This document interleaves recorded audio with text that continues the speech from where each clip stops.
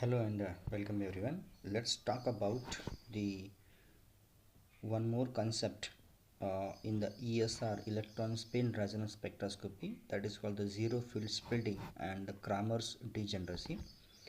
So basically this concept arises when the substance with more number of unpaired electrons. So generally we had seen about whenever this n is equal to 1 means for a single electron, ठीक है, एक अगर electron होगा तो आपका spin around होता है कितना 1/2 एंड सो रिजल्टेंट स्पिन अगर हम निकालते हैं इसका तो M S is equal to हो जाएगा +-1/2. So in absence of this external magnetic field there will be no splitting, but when you provide that extra magnetic field, so these spin state are going to lifted और यहाँ पर आपको दो spin state level मिल जाएंगे 1/2 -1/2 and M S is equal to +1/2. So this is the general condition for the ESR spectroscopy now. और यहाँ पर क्या हो जाएगा that del E is equal to G beta H. Now that micro radiations are provided here और micro radiations basically क्या कराते हैं यहाँ पर वो absorb किए जाएंगे and so let that converts into the what the signal NMR ESR signal will be given to appear. What is that zero field splitting now? Zero field splitting ये वहाँ पर होता है जहाँ पर आपका कंपाउंड, आपका सब्सटेंस जिसमें n की वैल्यू जो रहेगी वो मोर देन 1 रहेगी. So might be A what the 2 4 okay, might be A 3, might be A 5 okay, यानी कि n की वैल्यू ये even number of unpaired electron भी हो सकती है और odd number of unpaired electron भी हो सकती है. अब जीरो फील्ड स्प्लिटिंग का मतलब ये होता है कि absence ऑफ मैग्नेटिक फील्ड ना, right. So the substance with more number of unpaired electron and the degeneracy of all the spin state is going to be lifted, right, due to what the absence of what the external magnetic field. Now same concept is going to called as a zero field splitting. now let's say example इनका जो भी spin रहेगा ये सब degenerate रहेंगे पहले, right. और जैसे हम यहाँ पर विदाउट यहाँ पर जो रहेगा आपका मान लेते हैं कि n is equal to even रहेगा या फिर n इज इक्वल टू और भी हो सकता है आपका, right. But in absence of what the magnetic field अगर ये स्प्लिटिंग हो जाता है so that concept is called as a zero field splitting concept. ना अब ये ऐसा होता क्यों होगा? So that reason behind that. So मान लेते हैं कि आपके पास n की वैल्यू अगर 2 है, suppose I have the system, I have the substance with 2 unpaired electron, let's say this 2 are the unpaired electrons, ठीक है. अब इनका रीज़न क्या है? So basically this is due to what the dipole dipole interaction between the electrons. ना इन दो electrons का डाइपोल डाइपोल इंटरेक्शन मीन्स जो अनपेड इलेक्ट्रॉन आपके पास रहेंगे, मान लेते 2 है, 4 है, 3 है, 5 है, सो इनका डाइपोल डाइपोल इंटरेक्शन जो है ये रिस्पॉन्सिबल है किसके लिए? उस स्प्लिटिंग लिए. So dipole dipole interaction is responsible for the splitting. ना और जिसकी वजह से आपको जो है वो विदाउट मैग्नेटिक फील्ड आपको नंबर ऑफ लाइंस वहाँ पर मिलते हैं. So that is nothing called as a zero field splitting concept. ना ओके लेकिन ये किन के लिए होगा? ये उन सब्सटेंसेस के लिए होगा जहाँ पर आपके पास more than 1 unpaired electron present है. So remember, so Z F is due to what the more than 1 क्या होगा आपके पास? More than 1 unpaired electron. So this is the only prior condition जो है ये आपको जीरो फील्ड स्प्लिटिंग में आपको देखने को मिलती है. सो अब आपके पास n की वैल्यू अगर 2 होगी या 4 होगी तो हम उसको इवन अनपेड इलेक्ट्रॉन्स को डाल सकते हैं, ठीक है. और अगर आपके पास n की वैल्यू 3 या 5 अगर होगी सो इसको अपन ऑड इलेक्ट्रॉन में डाल सकते हैं, ठीक है. यहाँ तक समझ में आ गया? सो जीरो फील्ड स्प्लिटिंग का कंसेप्ट बहुत ही सिंपल है. जब आपके पास एक से ज़्यादा अनपेड इलेक्ट्रॉन रहेंगे, मिनिमम कितने होने चाहिए? मिनिमम 2 होंगे, ठीक है. सो इन दोनों का डाइपोल डाइपोल इंटरेक्शन होने की वजह से वो जो स्पिन स्टेट है वो आपके लिफ्ट हो जाते हैं और आपको 2 या उससे भी ज़्यादा एनर्जी लेवल्स आपको मिलेंगे. बट यहाँ पर हमने कोई मैग्नेटिक फील्ड अप्लाई नहीं किया है. So we are not provided any magnetic field. So such a splitting is called as a zero field splitting. इसीलिए इसको जीरो फील्ड स्प्लिटिंग कहा गया बेसिकली, ठीक है. यहाँ तक समझ में आता है? सो जीरो फील्ड स्प्लिटिंग का जो रीज़न है वो क्या हो सकता है यहाँ पे कि the splitting is due to what the number of electrons. ना more number of electrons suppose अगर हम यहाँ पर यूज़ करते हैं so then the splitting is going to be occur. Okay fine, ठीक है, आगे बढ़ते हैं। नाउ सी, सो अब आपके पास दो कंडीशंस हैं। एक तो ये कंडीशन हो सकती है कि of n is equal to, अगर आपके पास इवन नंबर के इलेक्ट्रॉन होंगे तब, इफ n की वैल्यू कितनी होनी चाहिए, इवन होगी। इवन का मतलब कितना, so when we have 2 unpaired electron और वी हैव 4 अनपेड इलेक्ट्रॉन। अब ऐसे केसेस में हम एग्जांपल पहले 2 का लेंगे। So if I have 2 unpaired electron then your spin must be 1, plus of 1 हो जाएगा, और ms कितना हो जाएगा, ms हो जाएगा आपका प्लस माइनस 1 एंड 0। ये कैसे निकाला हमने, ये निकालते हैं हम फार्मूला यूजिंग 2s प्लस 1। सो यहाँ पर 2 इंटू 1 प्लस 1। सो अगर आप ये निकालोगे तो 3 पॉसिबल स्पिन स्टेट आपको मिलेंगे, जो कि रहेगी +1, -1 और 0। इस तरह से आपके पास रहेंगे। अब ये जो है आपके अब्सेंस ऑफ मैग्नेटिक फील्ड आपको क्या मिलेंगे, ये सब, ये जो 3 लेवल से ये डीजेनरेट है, +1, -1 and 0.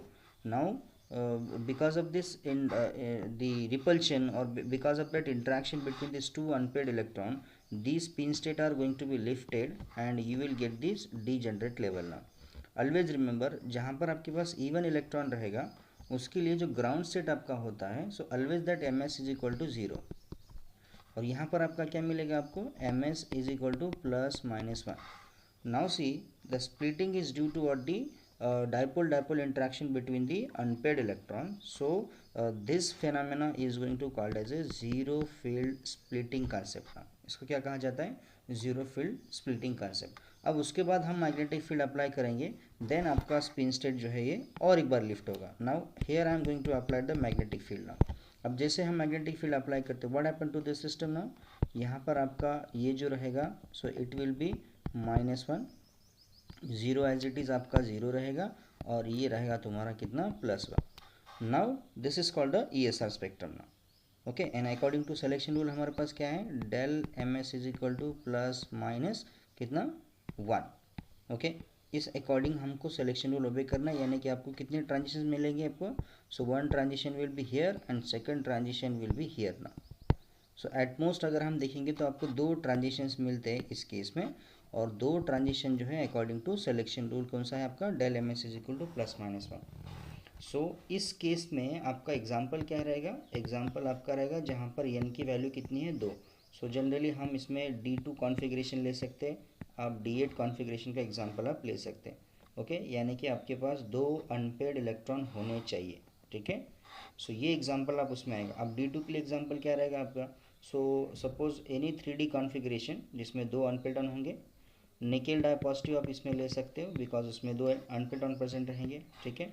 आप कॉपर 2 डाइमर आप ले सकते हैं, कॉपर 2 डाइमर, क्योंकि कॉपर 2 डाइमर का मतलब हो गया D9 दोनों का D9 कॉन्फ़िगरेशन है, इसमें अनपेड आयन एक रहेगा एंड सेकंड कॉपर में एक रहेगा। सो यहाँ पर भी आप n की वैल्यू 2 पुटअप कर सकते हैं।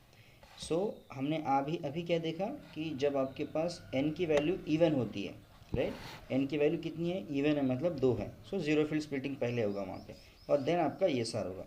कितने लाइंस आपको मिल रहे हैं, so you will observe the 2 lines in the spectrum, so you will get the 2 absorption maxima, है ना। तो आपको ESR स्पेक्ट्रम में कितने लाइंस मिलने चाहिए इस केस के लिए, so you will get the 2 lines in the ESR spectrum. So this is the zero field splitting ESR spectrum particularly for the D2 configuration, या जिसमें n की वैल्यू कितनी होनी चाहिए, 2 होनी चाहिए।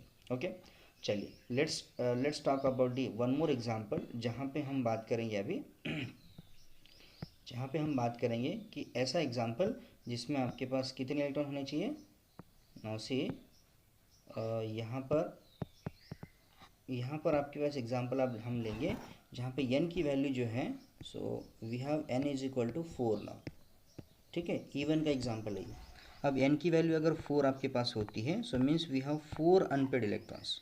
कितने रहेंगे आपके पास unpaired electron, so we have 4 unpaired electrons. Okay, so now see, so here n is equal to 4। सो n इज इक्वल टू 4 अगर है तो पॉसिबिलिटी आपके पास क्या होती है, we have 4 unpaired electrons. Spin कितना होगा इसका टोटल, सो टोटल स्पिन आपका होगा इस केस में 1/2 1/2 1/2 1/2, सो टोटल स्पिन हो जाएगा 2। ms कितना हो सकता है इसका, ms निकालने के लिए हम क्या यूज़ करते हैं, 2s प्लस 1। सो 2s प्लस 1 के अकॉर्डिंग कैसे होना चाहिए आपका, 2s1 प्लस के अकॉर्डिंग सो 2 इंटू 2 + 1 यानी कि आपका टोटल आंसर 5 होगा, यानी कि 5 पॉसिबल स्पिन स्टेट्स आपको मिलेंगे। अब अगर वैल्यू मैक्सिमम +2 है तो हम क्या कर सकते हैं, +2 से -2 तक जा सकते हैं, ठीक है, यानी कि +-2 +-1 और 0, ये टोटल स्पिन स्टेट कितने बन गए, 5। अब यहाँ पर आपके पास टोटल 5 एनपेटॉन्स है, मतलब आपके पास 5 डीजेनरेट स्पिन लेवल्स है। कितने हैं आपके पास, 5, सबकी एनर्जी एक जैसी है। So because of the dipole interaction between that 4 electrons, so the spin state will be going to be lifted now। अब आपके पास spin state कैसे मिलेंगे, आपको ऐसे मिलेंगे। always remember whenever we have that ms n is equal to even, then ground state आपका हमेशा 0 वाला ही होना चाहिए। then यहाँ कितना आएगा, ms ±1 आएगा, और यहाँ कितना आएगा, ms is equal to ±2 आएगा। so you will get this degenerate level, that is because of what is zero field splitting now, है ना। सो इंट्रैक्शन हो गया आपका, इलेक्ट्रॉन इलेक्ट्रॉन का इंट्रैक्शन होने की वजह से आपको मिला है। And now see when we apply that magnetic field, now जब हम इसको मैग्नेटिक फील्ड में पुटअप करते हैं या रखते हैं इसको, basically what happen, zero will be same as the zero, ये तो बदलेगा नहीं। Now see this energy level will be splitted two, ए हो जाएगा आपका कितना, +2, और यहाँ पे आ जाएगा आपका -2, ठीक है। देन नेक्स्ट एनर्जी लेवल कौन सा आपका, ये वाला, सो here will be what, the +1, ठीक है। एंड नेक्स्ट टू दैट आपका यहाँ पर जो है आपका ये आएगा आपका कितना, -1। सो लाइक दैट आपको ऐसे एनर्जी लेवल्स मिलेंगे। और यहाँ पर कितने लाइंस निकलते हैं ये कौन डिसाइड करेगा, that ms is equal to +-1। So according to that अगर हम देखेंगे तो इसमें टोटल 5 ट्रांजिशंस आपको देखने को मिलते हैं। एक पहला ट्रांजिशन आपका होगा फ्रॉम -2 से लेकर कितना, -1, ये पहला ट्रांजिशन। फ्रॉम -1 से लेकर कितना आएगा, 0, from what the 0 to +1, and from what the from what the +1 to what the +2. So if you find, so you will observe that there are total 4 possible transitions are there now। सबसे पहला transition यहाँ पर छोटा वाला, ये दूसरा वाला, फिर ये तीसरा वाला, और ये फिर आपका होगा चौथा वाला। so 4 transitions आपको मिलेंगे, and as per 4 transitions you will get the 4 lines in the spectrum। so 4 lines आपको मिलेंगे इस तरह से।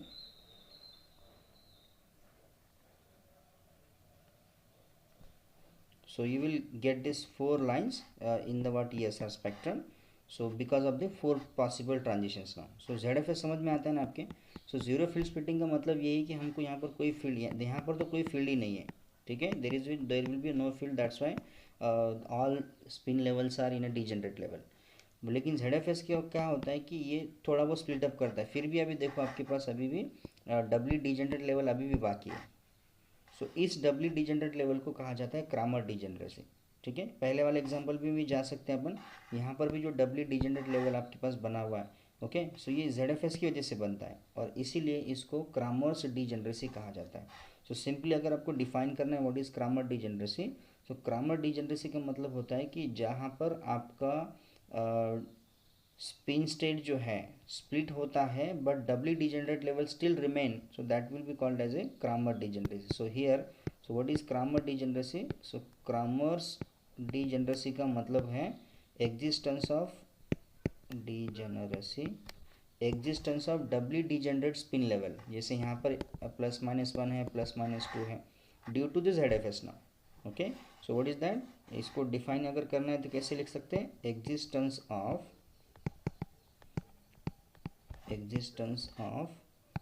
डब्ल्यू डीजेनरेट स्पिन स्टेट्स, है ना, W degenerate spin state due to, इसका रीज़न क्या है, due to what the zero field splitting, so that is called as a Kramer degeneration, okay. So even में आपको देखने को मिल रहा है 2 बार आपको डीजेनरेशन, हमने 2 एग्जाम्पल लिए इसमें, एक एग्जाम्पल लिया है n=2, एक एग्जाम्पल लिया हमने n=4, ठीक है। सो अब n=4 किसके लिए हो सकता है, so we can take the example of chromium dipositive, ये ले सकते हैं इसका एग्जाम्पल, है ना, जहाँ पर आपके पास कितने इलेक्ट्रॉन्स रहेंगे, 4 इलेक्ट्रॉन्स आपके पास जो है वो अनपेयर्ड होते हैं और जिसकी वजह से आपको ESR स्पेक्ट्रम मिलता है। But before ESR so generally हमको यहाँ पर जीरो फील्ड स्प्लिटिंग देखने को आपको मिल रहा है। ओके, चलिए moving toward the next one, that is n is equal to, अब कौन है आपके पास, n इज इक्वल टू हम ऑड की तरफ आते हैं, यानी कि आपके पास ऐसा सिस्टम है जहाँ पर n की वैल्यू कितनी होगी, अभी आपके पास 3 होगी। सो रिजल्टेंट स्पिन कितना होगा इसका, रिजल्टेंट स्पिन होगा इसका 3/2 plus half plus half plus half. और ms कितना होगा इसका, सॉरी टोटल स्पिन कितना था इसका 3/2, ms कितना होगा इसका, ms जो होगा उसका वो होगा plus minus 3/2 and plus minus 1/2, means total 4 possible spin states are there now. Now see, all the 4 spin states are in a degenerate level in absence of any field, and now they are going to be splitted into two different ways, like plus minus 1/2 यहाँ पर आएगा और plus minus 3/2 यहाँ पर आएगा। now see, this is called the zero field splitting now. absence of any field, यहाँ पर कोई field ही नहीं है, फिर भी आपका क्या हो गया, यहाँ पर split up हो गया, so that's called the zero field splitting now. अब हम क्या करते हैं, उसको अप्लाई करते हैं मैग्नेटिक फील्ड ना। When we applied the magnetic field what happen, so here this will be called as a -3/2, इसका जो स्प्लिटिंग हो जाएगा आपका, so here this will be -1/2, उसके बाद आपका यहाँ पर हो रहा है +3/2 और फिर इसका आपका हो रहा है यहाँ पर +1/2। नाउ सी, आप यहाँ पर आपको 4 लेवल्स आपको मिले हैं और स्प्लिटिंग हो गया, इसी को ही जीरो फील्ड स्प्लिटिंग, सॉरी इसको मैग्नेटिक इंटरेक्शन कहा जाता है, ठीक है। और यहाँ पर मैग्नेटिक फील्ड का इंटरेक्शन आपके स्पिन स्टेट के साथ होगा जिसकी वजह से स्प्लिटिंग होता है। And now see, you will observe the number of lines ना, कितने ट्रांजिशंस आपको मिलेंगे, again due to what the selection rule. So selection rule क्या रहेगा आपका, del ms is equal to +-1, ये आपका selection rule रहेगा। And as per the selection rule, so you have 3 transitions ना, -3/2 से -1/2, -1/2 से +1/2 और +1/2 से +3/2, so total 3 transition. So that's why the 3 lines are expected in the spectrum. कितने लाइन्स मिल रहे हैं आपको, 3 लाइन्स आपको आपके स्पेक्ट्रम में मिलेंगे। And so this is the ESR spectrum of the n is equal to 3 now. सो अब आपके पास इसका एग्जांपल हम ले सकते हैं क्रोमियम ट्राई पॉजिटिव, यानी कि D3 कॉन्फ़िगरेशन में आपके पास टोटल अनपेयर्ड इलेक्ट्रॉन्स होंगे कितने, 3, और टोटल इलेक्ट्रॉन 3 है, तो इसका S कितना रहेगा, इसका S हो जाएगा 3/2, बराबर ना। सो ऐसा रहेगा। इफ़ अगर आपको क्रोमियम की आई वैल्यू दी जाती है, सो क्रोमियम अगर आपके पास आई वैल्यू है, मान लेते हैं आई वैल्यू इसका 3/2 दिया है, सो देन आपको क्या करना पड़ेगा, हाइपरफाइन इंट्रैक्शन करना पड़ेगा एज पर दी 2ni+1, यानी कि 2 × 1 क्रोमियम × 3/2 + 1, सो 2 कैंसिल, 1 कितना आ रहा है 4, मतलब एक लाइन ये आगे आपकी स्प्लिटअप होगी कितने बार स्प्लिटअप होगी, ये आपकी स्प्लिटअप होगी कितने बार, 4 टाइम्स, यानी कि आपको 4 × 3 12 लाइन्स आपको इस स्पेक्ट्रम में मिल सकते हैं if we consider the hyperfine interaction, है ना। हाइपरफाइन इंट्रैक्शन आप कंसिडर करोगे तो आपको 12 लाइन्स आपको मिलेगी, neither we get the 3 line spectrum ना, ठीक है। चलिए अब एक नेक्स्ट एग्जांपल है आपका जहाँ पर n की वैल्यू जो है वो कितनी है आपकी, 5 है। Remember, very interesting example. So if n is equal to 5, then आपका स्पिन कितना हो जाएगा, हाईएस्ट स्पिन हो जाएगा आपका 5/2। रिजल्टेंट स्पिन कितना होगा, रिजल्टेंट स्पिन आपका होगा +-5/2 +-3/2 एंड +-1/2। टोटल आपके पास 6 स्पिन स्टेट्स आपके पास पॉसिबल है, और यहाँ पर कोई फील्ड ही नहीं है जिसकी वजह से सारे के सारे 5 के 5 आपके पास जो स्पिन स्टेट है 6 सॉरी, ये सब डिजेनरेट रहेंगे। लेकिन due to the dipole interaction between this 5 electrons results in the splitting ना। और स्प्लिटिंग कैसे होगा आपका, इस तरह से आपका स्प्लिटिंग होगा यहाँ पे। Now see, ms is equal to +-1/2 सबसे नीचे, ms इज इक्वल टू +-3/2 उसके ऊपर, और then ms is equal to +-5/2 then उसके ऊपर। अब इसको कहा जाता है जीरो फील्ड स्प्लिटिंग, यानी कि absence of magnetic field, absence of any field, there is a splitting is occur, that's called the zero field splitting, और existence of doubly degenerate spin state now, यहाँ पर भी देखो, so that is called as a Kramer degeneracy। अब इनका splitting होगा, अब splitting कैसे होगा, नाउ सी, सो यहाँ पर एक लेवल जाएगी आपकी, यहाँ पर एक होगी, so here will be the second one, ऐसे ऐसे हो जाएगा। And if you give the numbers to them, so ये हो जाएगा आपका -5/2, -3/2, -1/2, यहाँ पर -1/2 sorry +1/2, +3/2 and +5/2. So these are the energy levels are appeared and this is called the magnetic field interaction. जैसे हमने मैग्नेटिक फील्ड रखा है सारे लेवल्स आपकी स्प्लिटअप हो जाएंगे। और सिलेक्शन रूल क्या बताता है, del MS is equal to +-1, ये आपको अप्लाई करना है। अब सिलेक्शन रूल ये जब हम अप्लाई करते हैं तो टोटल नंबर ऑफ ट्रांजिशन आपको मिलेंगे 1, 2, 3, 4 and this are the 5, means you will observe the 5 lines in the spectrum. So you will observe the 5 lines in the spectrum. अब ये एग्जाम्पल किसके लिए हो सकता है, सो ये एग्जाम्पल होता है 5 अनपेड इलेक्ट्रॉन होंगे तब, यानी कि हम इसके लिए Mn2+ का एग्जाम्पल हम ले सकते हैं। किसका एग्जाम्पल ले सकते हैं अपन, मैंगनीज डाई पॉजिटिव का। इफ़ अगर मैंगनीज डाई पॉजिटिव है तो मैंगनीज का आई वैल्यू भी दिया जाता है, राइट, समटाइम। सो मैंगनीज का आई वैल्यू जो होता है वो Mn आई वैल्यू होता है कितना, 5/2। सो अब अगर Mn का आई वैल्यू 5/2 है तो आपको 2Ni+1 के हिसाब से इंट्रैक्शन करना पड़ेगा। So 2Ni+1, so 2 into 1 manganese into 5/2 + 1, 2 get cancelled, 5 + 1 6। अभी एक लाइन जो है ये एक लाइन आपकी स्प्लिटअप होगी 6 टाइम, ठीक है, means 6 into 5 30 lines we are going to be appear down.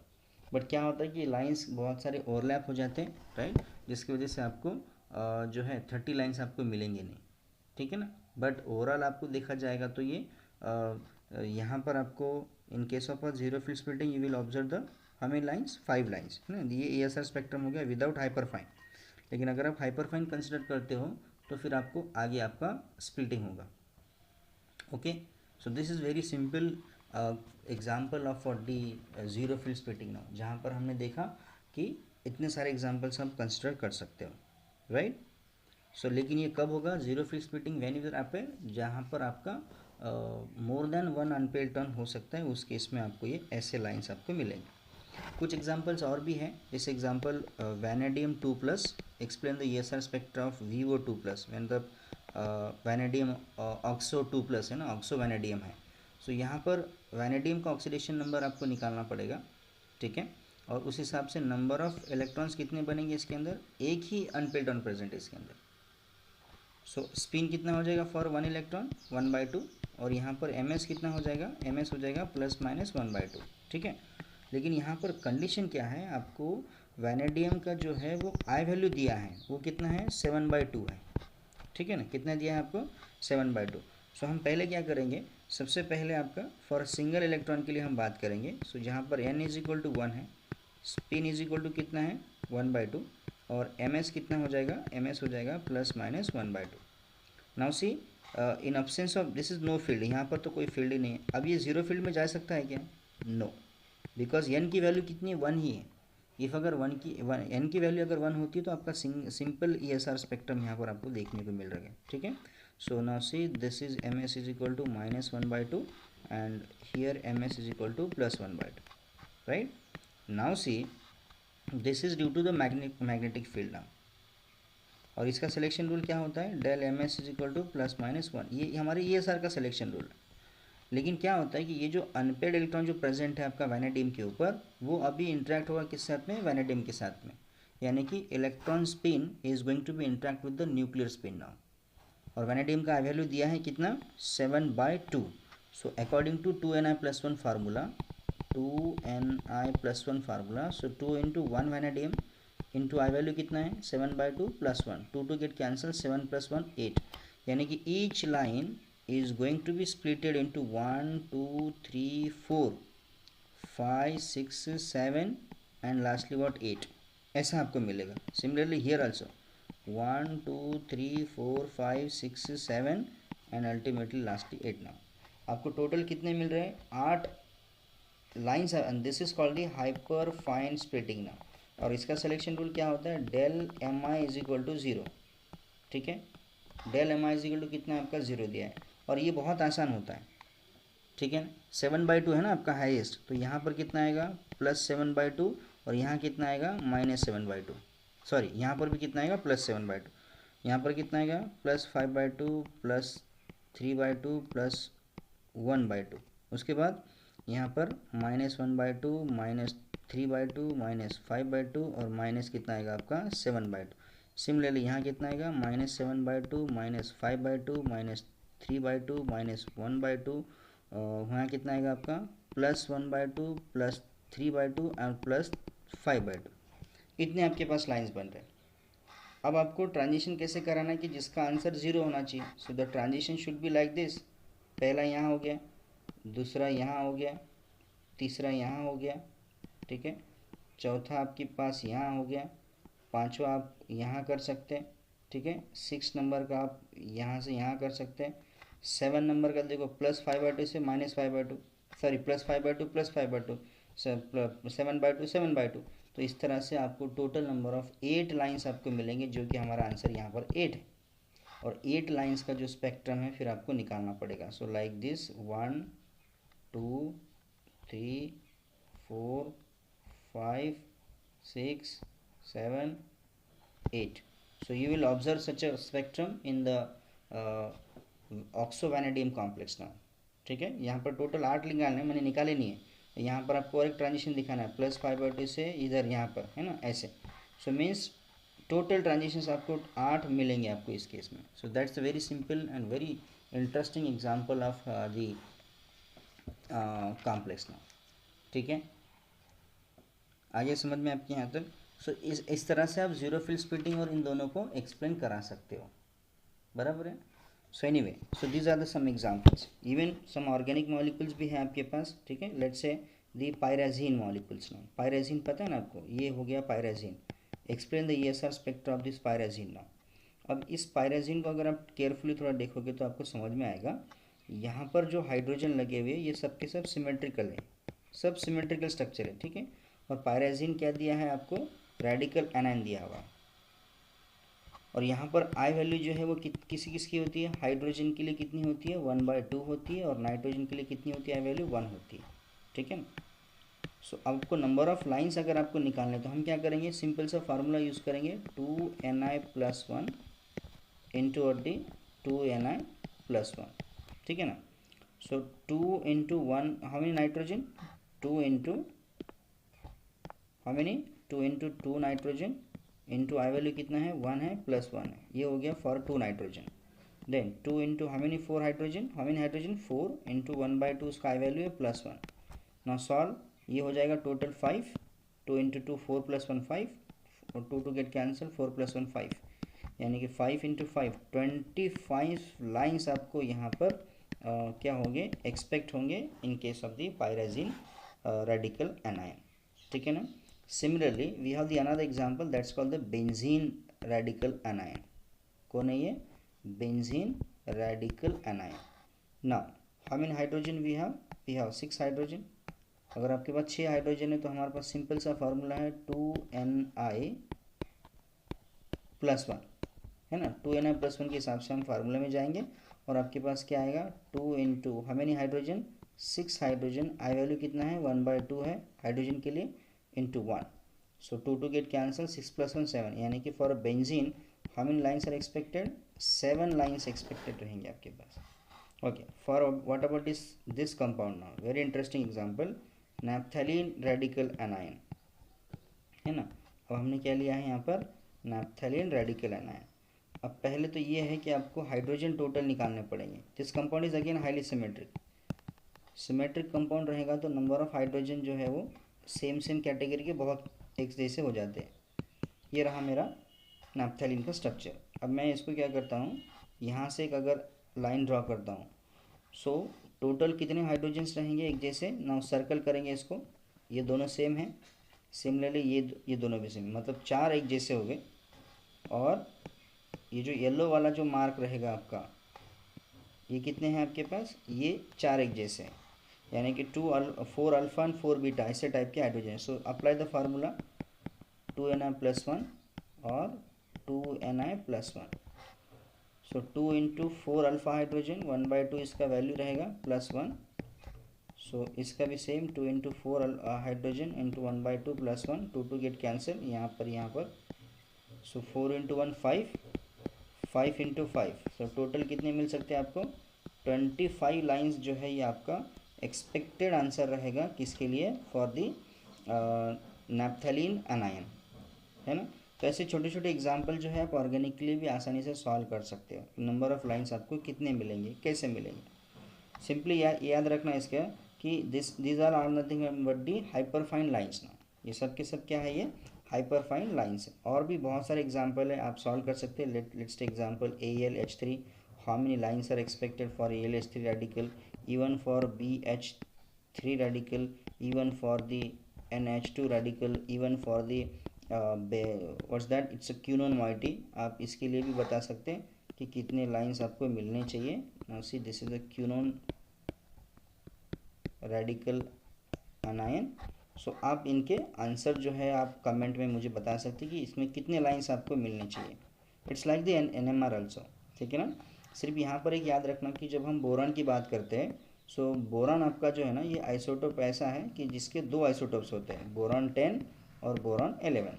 For boron 10 इसका कंट्रीब्यूशन 80% होता है 100% बोरान वाले में, और यहाँ पर कितना रहेगा आपका? इसलिए जब भी बोरान की बात आती है तो आपको दोनों लेने पड़ेंगे। और आई वैल्यू कितना है इसके लिए? आई वैल्यू 10 बोरान के लिए 3 होता है और 11 बोरान के लिए कितना है? 3/2 है। ये कंसिडर करना पड़ेगा आपको, मतलब इसमें जो सिंगल इलेक्ट्रॉन प्रेजेंट रहेगा वो सबके साथ इंटरेक्ट होगा आपका, समझे क्या?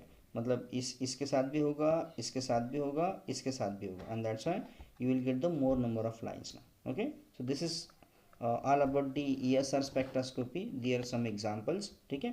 so probably this technique is used to find the parametric substances now. structures हम geometry हम इसकी बता सकते हैं, और जितने भी अपने पास parametric substances लाइक हम एटम की बात करेंगे, इसका भी हम एनालिसिस कर सकते हैं। आयंस की हम बात कर सकते हैं यहाँ पे।